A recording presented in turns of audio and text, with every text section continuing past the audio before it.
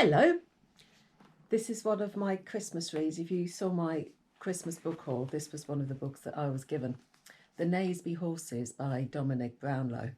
And I think I said then that it was it was somebody I'd never heard of, a book I'd never heard of, but it was all to do with the Fens.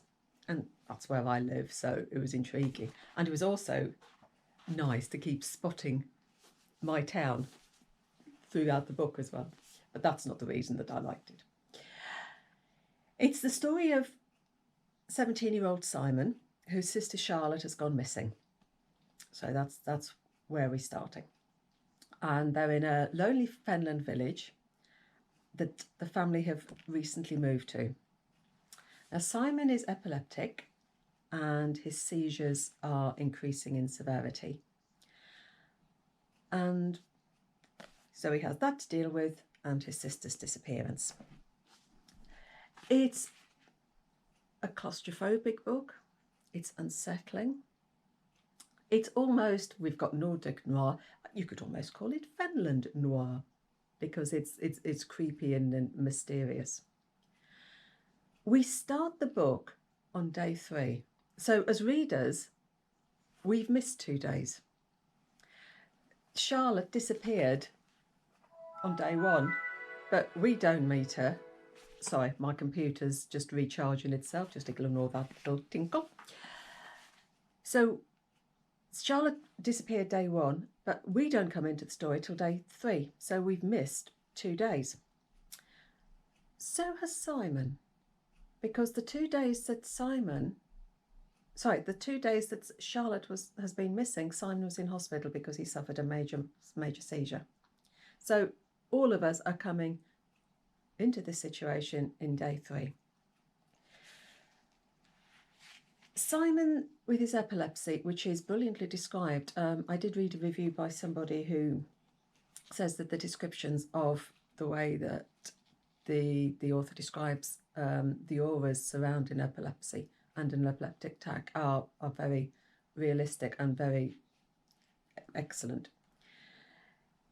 And because of his epilepsy, you find that he's an unreliable narrator, because he goes from present to back to, you're not quite sure when he's going back in time whether his recollection is a memory, whether it's something that he thought or dreamed.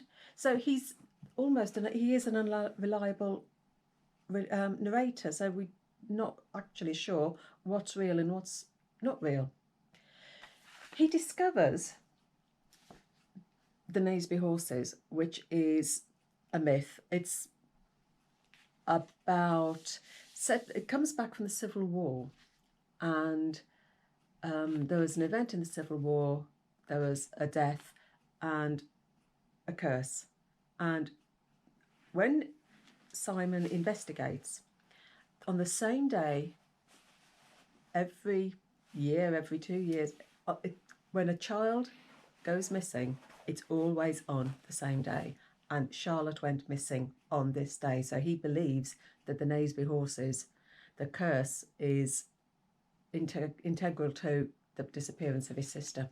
And he tries to find out about it. Throughout the book, you've got birds. Birds are running through the book. You've got the crows sitting everywhere watching. You've got a swan that Simon rescues. He's very into bird watching. He's almost obsessive about his bird watching. When people start asking him questions that he can't answer, he recites from a book about swans. So you've got the theme of, you've got birds running all the way through.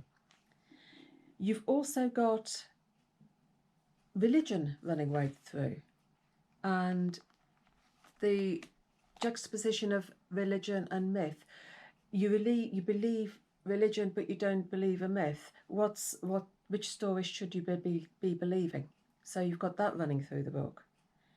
And you've also got, because Simon and Charlotte are twins, you've got a bond between brother and sister as well.